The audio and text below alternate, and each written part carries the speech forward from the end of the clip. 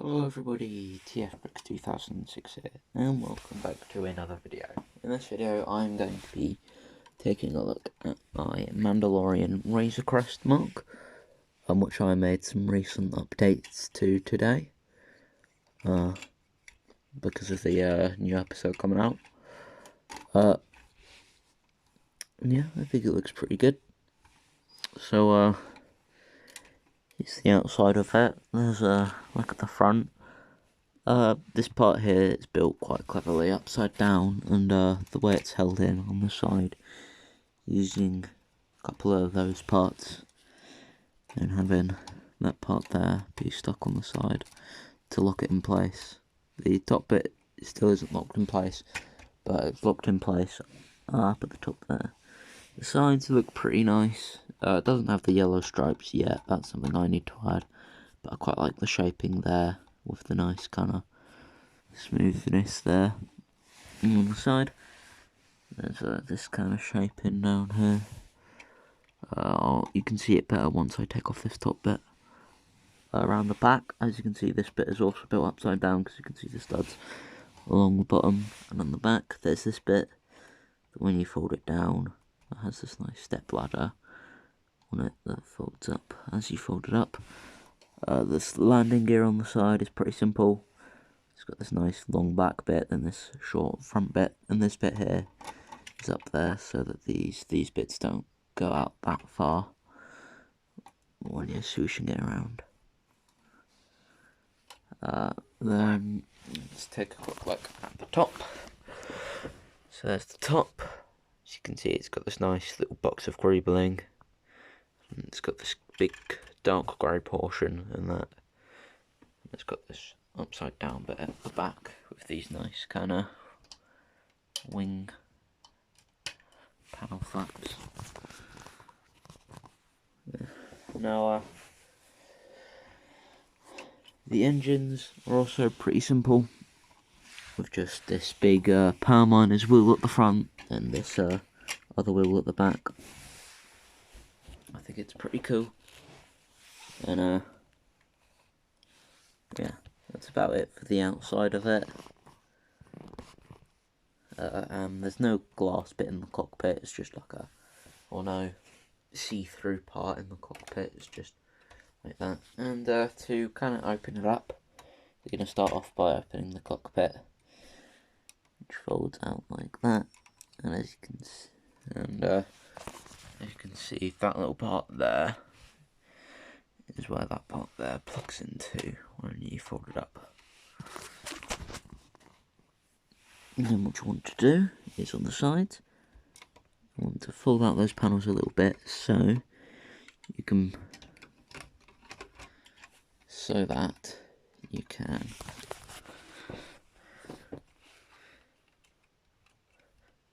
push this forward and then pull it out. And let me just grab some bits to make the camera a bit taller.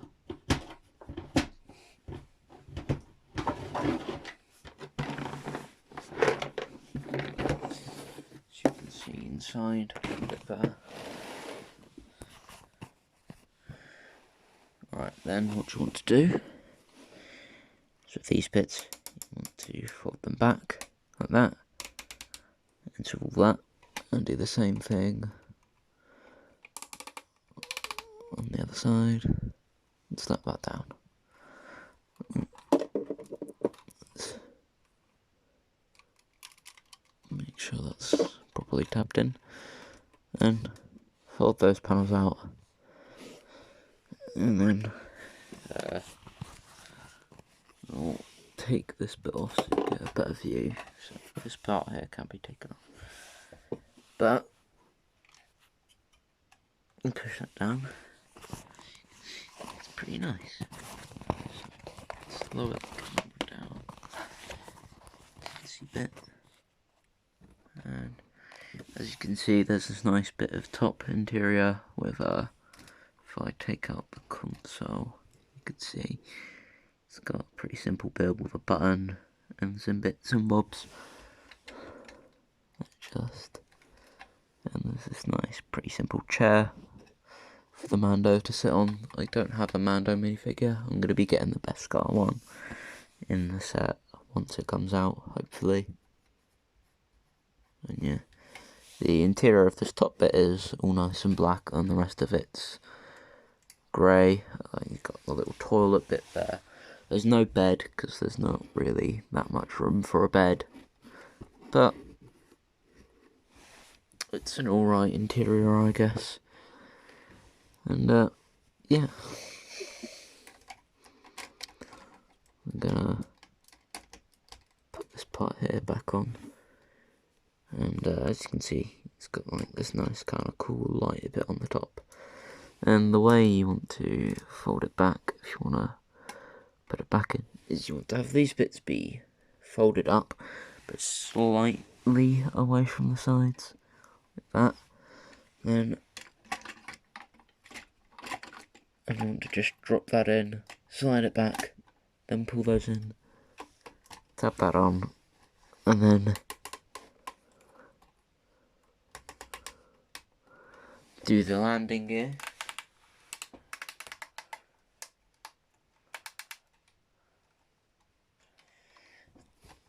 And yes, if you want, you can fold up the landing gear. You just have to clip that, get rid of that red block, tap that in, and quite simply enough, just fold up. The back ones, it doesn't look the best on the back ones, but it's better than it could be, actually. Do you know what, because they're on all these joints, you can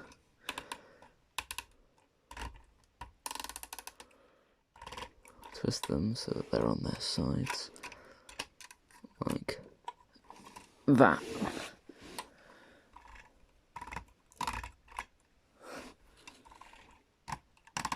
That works better with them at the back. And yeah, so you can have it. So you can have it be like that, and then you can toss in that red block and just swoosh it about. But I prefer to have the landing gear be down.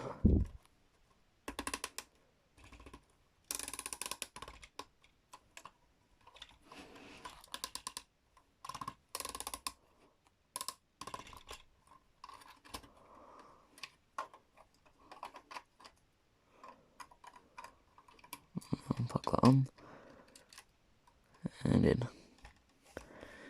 And yeah, on the bottom of that there is this gap, so it looks like it's got 2 feet. And yeah, the bottom landing gear, and yeah, that's the front landing gear, and then a little bit more detail. And if you look closely inside of the big route there, you can see there's a couple of details in the back to give it a little bit more of a 3D look. And yeah, then you have this nice little grille detail on the front. And yeah, there you go, that is about it for this mock. Yeah, so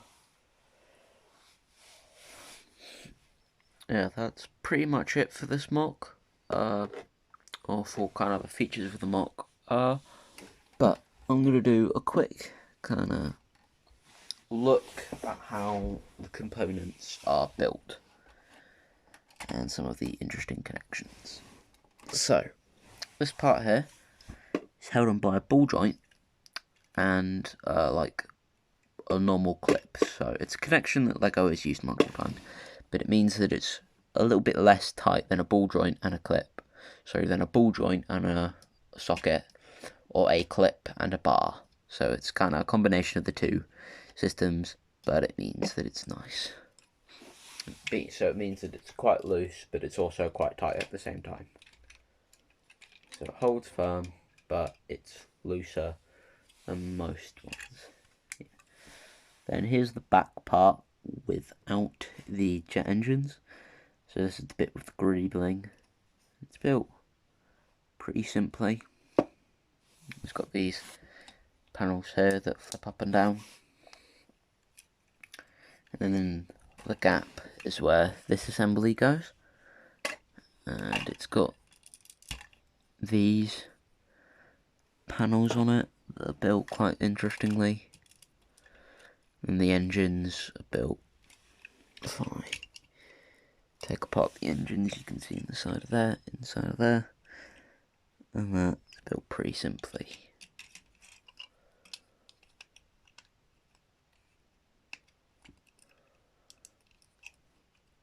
And yeah.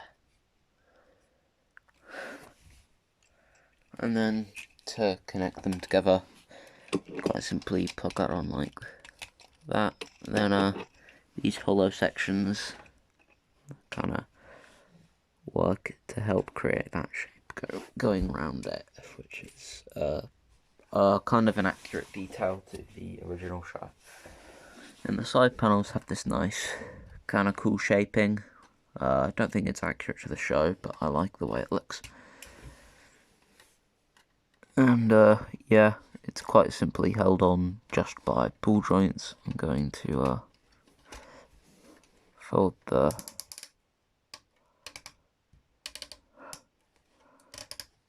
back landing gear back.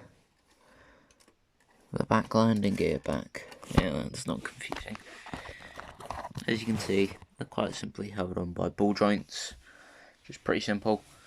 And this back section is held on pretty cleverly though. So if I take it off,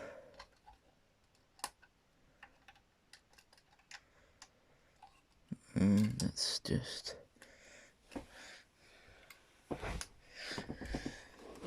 clean up the parts that have been taken off.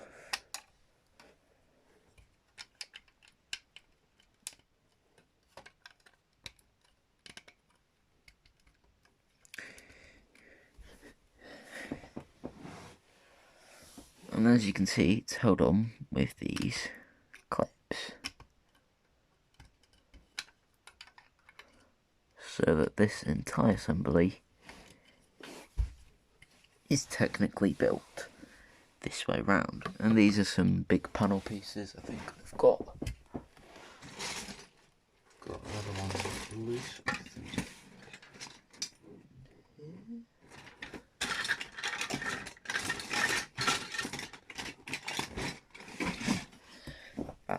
That's what the piece looks like. So it's a pretty big part, pretty large piece, but I have quite a few of them because I think I have the original Chamber of Secrets set, so I think they're from that, and I think it works pretty well. I think it is old grey, but not entirely sure. It looks like new grey, but there are quite a lot of old grey pieces in this because it's supposed to look worn in a way. And yeah, as you can see, that's how that part folds up, and it uses the kind of friction of it so that it can go like that, and it's kind of folded like that. And yeah, I think it works quite well. And you have this little step ladder up there. So yeah. Then I'm gonna take off. Here is probably the coolest connections. So I'll remove this. This is pretty simple. It's just held on by Technic, but this front part is quite a lot of interesting. Because you take that off, you just have these assemblies. That bottom assembly, these couple assemblies,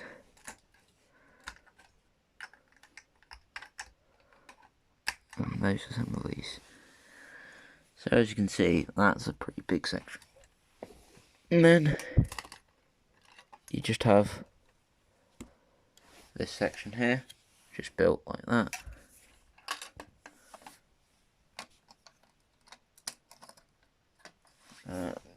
Now that I've taken the floor off, you can see the inner kind of base of it. So yeah, that's pretty much kind of how it's all built together. Of course, that's not all the order I designed it in. I did like the base first, then did the sides. Actually, I did kind of do it in a similar order, but of course the front was the first thing that I did, and now it's the last thing that I've done because I've improved it. And yeah, so you have all that there, and then just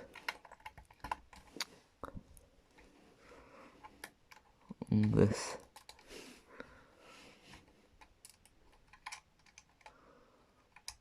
funny stuff on the inside. Then these big, and these front panels that cover that up, and these side panels, and these parts are connected on with those two bits, so they're not connected on a stud like that, they're connected like that.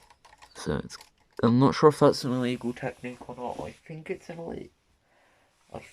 illegal technique, but I don't think it stretches the part at all, so it might be legal. But yeah, then you just plug the top bit on and hope that the entire bottom frame part doesn't fall off, because the interior is being annoying.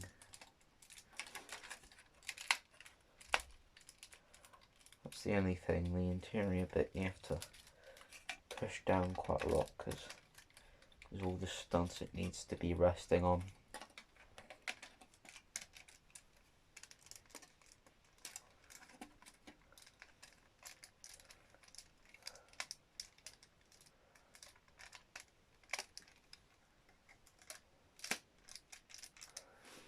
There you go, finally.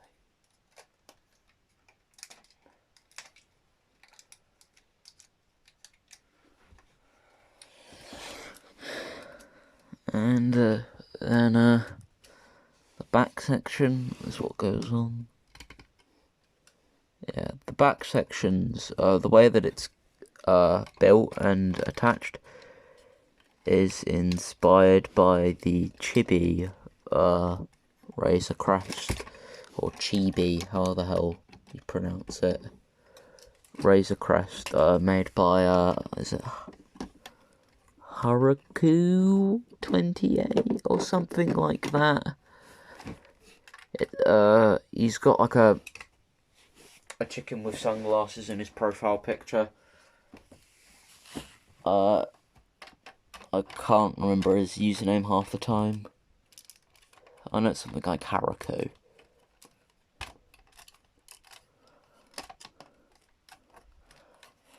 But yeah, he's a pretty good mockist, and I think it probably will come up if you just type in Chibi Mandalorian Razor Crest or something like that. Speaking of, I wonder if anyone's made like a Razor Crest for the Brickhead's Mandalorian. There probably is one out there. Yeah. So if you're wondering kind of the scale that this thing's in, I'll put it back on my shelf and compare it to two other models that I've got it next to. So this is the Jewel and Mustafar Lego set. Ignore the Technic figure, he just sits there. And this is my modified Millennium Falcon, what looks now.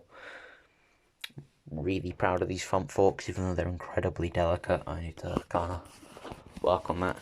But yeah, so it's a lot smaller than the Millennium Falcon, and that thing hasn't been upsized from the original, which was the 2019 Millennium Falcon that was. So it's the same size pretty much.